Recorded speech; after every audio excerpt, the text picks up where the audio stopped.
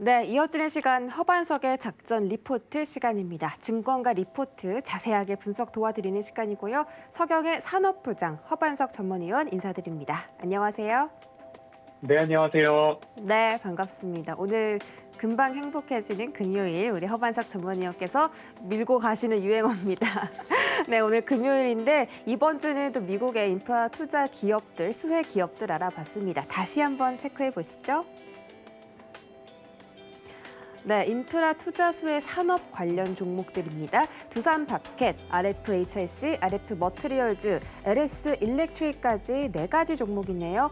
두산바켓은 건설 쪽, RFHIC와 RF머티리얼즈는 5G 관련 종목, 그리고 LS 일렉트릭은 전력 관련 종목인데요. 이 4가지 기업들이 어떻게 해서 수혜를 받고 또 어떻게 성장해 나갈 수 있는지 다시 한번 짚어주시죠. 네, 이번 주는 미국의 인프라 투자 법안 통과에 따라서 그에 따른 국내 기업들의 수혜가 어디서 나올 수 있는지를 좀 살펴보았습니다. 시장의 수급 쏠림 때문에 거의 감춰져 있는 기업들도 있고요. 두산바켓 같은 경우에는 화요일 장 전에 말씀을 드렸고 장 시작과 함께 좀 8% 이상의 상승을 좀 보이는 그런 모습도 좀 나왔습니다.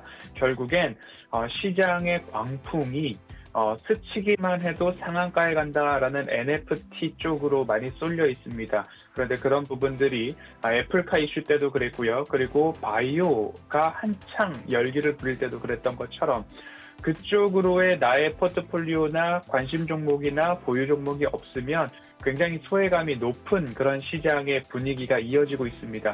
하지만 그런 시장의 열기가 한번 또 지나가고 그리고 수급의 쏠림이 정상적으로 또 매기가 흩어진다라고 한다면 결국 산업의 방향성, 시장의 방향성, 그리고 매출액과 영업이익이 증가하는 기업들로 연 저점의 지수 상황에서 꼭 살펴보아야 하는 이야기 중에 하나다라고 보시면 좋을 것 같습니다.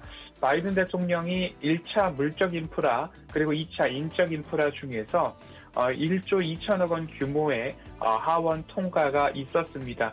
결국엔 공공 인프라의 노후화가 여전히 미국에서는 심각한 문제였습니다. 고속도로에 다리가 붕괴되고 교각이 붕괴되고 하는 사고들에 있어서 부실공사가 아니라 노후화가 이러한 사고의 주요한 문제였다라는 이야기 때문에 바이든 시절에도 그리고 트럼프 때에도 민주공화당 할 것 없이 모두 다 이러한 인프라 투자에 대한 긍정적인 합의는 있어 왔습니다. 하지만 재원 마련이나 어떻게 이 부분들을 재원을 조달할 것인가, 정치적 합의, 사회적 합의가 조금 더뎠던 그런 모습이지 않았나 싶습니다. 그렇기 때문에 인프라 투자를 보시더라도 어느 부분으로 인프라 투자가 진행되고 있는가를 살펴보셔야 될 텐데요. 물적 인프라와 인적 인프라로 나뉘어진다라는 말씀을 드렸고요. 물적 인프라가 최근 통과된 것의 대부분이다라고 보실 수 있는데 전통 인프라와 디지털 인프라 그리고 그린 에너지 인프라로 좀 나눠볼 수 있습니다. 패밀리즈 잡 플랜이라고 하는 교육 인프라, 사회복지성 예산은 11월 내로 통과가 되지 않을까라는 이야기들이 나오고 있기 때문에 그 부분은 통과가 된 이후에도 살펴볼 수 있을 것 같고요.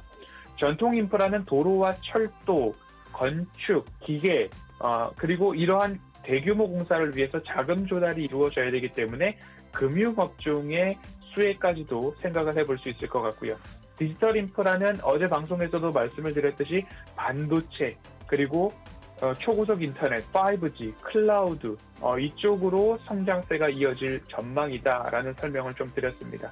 에너지 인프라 쪽으로 본다면 탄소 중립, 그리고 마찬가지로 전기차나 전기차 충전소, 친환경과 같은 부분으로 접근을 해보시면 이 전통 인프라, 디지털 인프라, 그린 인프라 이 3가지를 어느 방향, 어느 중심에서 살펴보아야 하는가 그 부분을 좀 살펴보실 수 있을 것 같고요. 이 인프라 투자를 주목해야 되는 이유는 경제 회복뿐만 아니라 경기 재건, 거기에다가 탄소 중립을 시연하겠다라는 모습으로 이해를 해보시면 좋을 것 같고요. 대규모 예산 집행을 통해서 일자리를 창출을 하고 고용을 회복시키고 그에 따라서 경기 회복까지도 꽤 하는데 거기에 플러스 앞서 말씀드렸듯이 탄소 절감 목표를 달성하기 위한 것들이 이 투자 안에 모두 다 포함이 되어 있기 때문에 장기 성장 사이클, 천조국 하는 이야기를 좀 말씀을 드렸습니다. 대규모 예산의 집행이 이제 시작이 될 터이니 이 성장 사이클의 초입에서 수혜가 가능한 종목들을 살펴보아야 한다라는 말씀으로 인프라 투자 법안 다시 한번 짚어보도록 하겠습니다. 네, 인프라 투자 법안 수혜 왜 중요한지 좀 다시 한번 짚어봤고요. 그와 관련한 4가지 기업들 어떤 부분을 핵심적으로 살펴보면 좋을지 집중 분석해 주시죠. 네, 첫 번째로 두산밥켓입니다. 두산밥켓은 건설 기계, 농업 조경용 소형 장비를 생산 판매한다라는 말씀을 드렸는데요. 결국 공사 현장을 한번 머릿속에 상상을 해보면요. 대규모 공사 현장에 대형 장비들이 있습니다. 하지만 공사가 대형 장비만으로 이루어지는 것이 아니라 좁은 공간이나 디테일한 부분들을 조금 하려면 중간중간 보셨을 겁니다. 귀여운 굴착기, 소형 굴삭기 이러한 것들을 보셨을 텐데요. 두산밥켓이 그러한 소형 건설 장비를 제조하는 회사다라고 설명을 드렸습니다. 그래. 미국에서 이루어지는 공사인데 우리나라 회사가 소형 중장비를 건설하는 게 바로 연결이 될까? 라고 생각을 하실 수도 있을 텐데요. 두산밥켓의 매출과 실적 그리고 매출액 비중을 좀 보도록 하겠습니다. 매출 비중이 상반기 보고서 기준으로 북미 지역이 73%에 달합니다. 그리고 유럽, 중동, 아프리카 20%, 아시아, 라틴 아메리카, 오세아니아가 7.5% 수준입니다. 매출이 북미 지역에서 72%, 3% 나고 있다. 매출액 기준으로 본다면 매출액 중 미국 시장에서 차지하는 매출 비중이 70%를 넘어가고 있다라고 말씀을 드리면 두산밥켓의 주 매출처가 미국이구나 라는 생각이 드실 겁니다.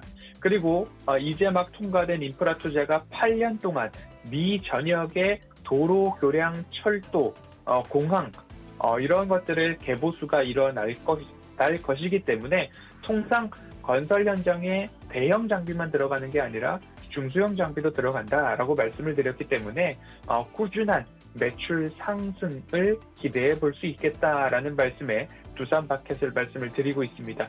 그리고 주택건설에 대한 호조세도 이어질 것으로 좀 전망이 되고 있는데요. 바이든 대통령이 3천억 달러 예산을 또 투입을 해서 200만 호의 주택 증축을 발표를 했습니다. 결국 주택 건설 현장에서도 소형 중장비는 필수적으로 포함이 되기 때문에 이러한 것들을 좀 살펴보고자 두산밥켓을 말씀을 드렸고요. 두산밥켓 여전히 실적이 매해, 매분기 증가하고 있는 기업이기 때문에 앞으로의 꾸준한 성장성을 보신다면 추세 하단에서 모아가시는 전략도 나쁘지 않을 것이다 라는 말씀을 좀 드렸습니다. 그리고 또 한 가지 포인트로 보자면 디지털 인프라 쪽에서의 통신망 구축입니다.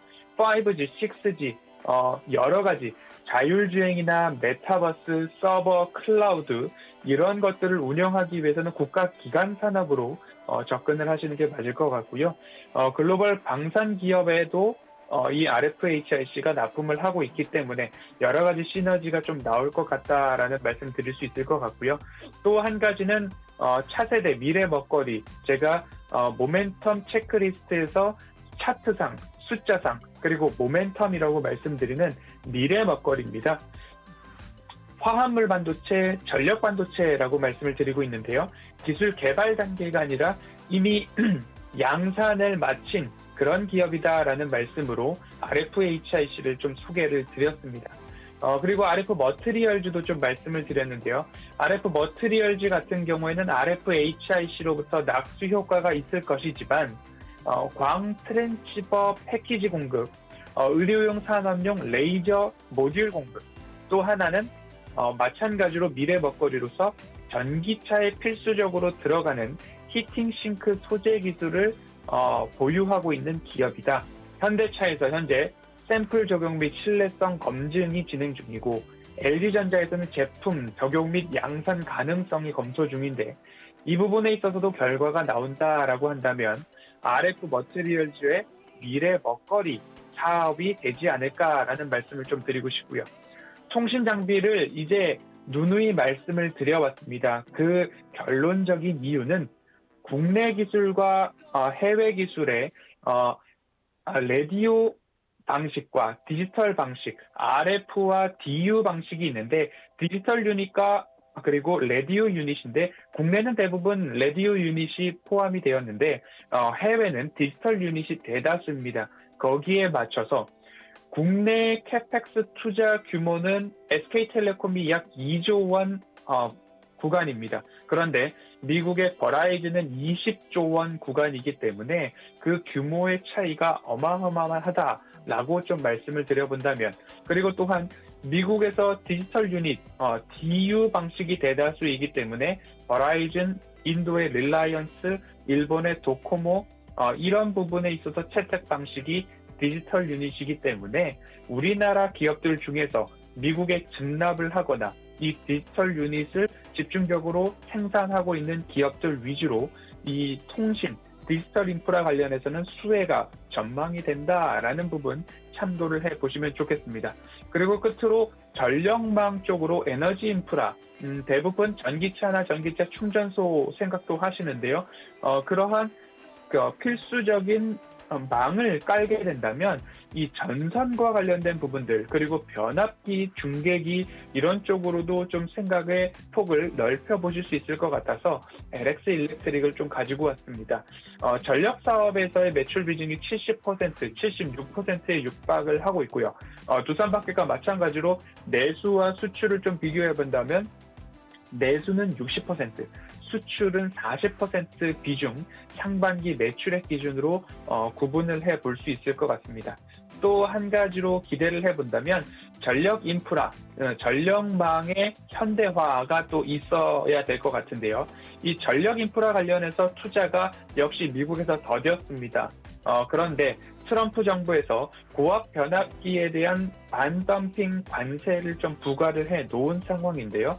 앞으로 이러한 전력 인프라 개선과 투자를 위해서 바이든 행정부는 자유무역주의가 조금 강조를 했던 그런 모습들과 흐름들이 있었기 때문에 이러한 고압 세율, 고세율이 조금 줄어드는 모습들이 좀 나온다면 관세에 있어서 부담이 되지 않을까라는 모습, 그 속에서 전력기기 수요가 증가한다면 LX 일렉트릭도 그에 따른 수혜도 있을 것이다라는 기대감들이 있는 상황입니다. 공장 가동률을 본다면 전력 부문이 88%, 자동화 부문도 80%, 자회사의 LS 메탈 같은 경우에는 96%의 공장 가동률을 보이고 있고, 여러 공장이나 사업처들이 중국, 베트남, 일본, 터키, 두바이, 유럽, 미국에 각각 주요 사업장이 포진해 있기 때문에 앞으로 올해뿐만 아니라 내년 그리고 후년까지도 매출액과 영업이익의 증가가 조금 기대되는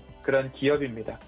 실적을 좀 말씀을 드린다면 3분기 말 수주 잔고가 9,123억 원이었습니다. 그리고 2분기 수주 잔고가 3,389억 원으로 신규적으로 대폭 증가를 했기 때문에 앞으로 약 7천억 가량의 전력 인프라 관련된 수주가 시작된다면 81분기 연속 흑자 기업이라는 그러한 명성에 걸맞게 1분기, 2분기, 3분기 꾸준하게 성장이 전망되고 있고요. 4분기 그리고 내년까지도 이어질 수주 잔고가 든든하게 뒷받침되어주고 있다라고 말씀을 드릴 수 있겠습니다. 22년도 매출도 7%, 영업이익 23% 성장이 전망되고 있고요. 23년도는 매출액 3%, 영업이익 8%, 당기순이익을 좀 본다면 21년도 19%, 22년도 32%, 23년도 11% 이렇게 두 자릿수 성장이 전망되는 기업이 LX 일렉트릭이다라고 좀 말씀을 드릴 수 있을 것 같습니다. 그래서 너무나 먼 나라 미국의 인프라 투자가 국내 기업에까지 도달할 것인가에 초점을 너무 맞추기보다는 각 기업들이 미국의 인프라 투자에 증납 업체거나 아니면 수출 비중이 높거나 그 기업의 실적이 두 자릿수로 증가하는 기업이다라고 한다면 소외돼 있거나 신저가 부분에 가고 있는 기업들이 국내에 굉장히 많이 속출하고 있습니다. 하지만 그곳에서 모아가는 전략이 오히려 조금 안전하고 편안한 수익을 내는 데에 하나의 방법이지 않을까라는 말씀을 드리면서 급하기보다는 보수적인 관점에서 분할로 접근해 보시는 전략까지도 곁들여 말씀을 드리도록 하겠습니다. 이번 주 인프라 투자 법안에 대해서 말씀을 드렸고요. 다음 주에도 우리가 산업의 방향성을 보면서 살펴볼 섹터 작전 리포트에서 안내 드리도록 하겠습니다.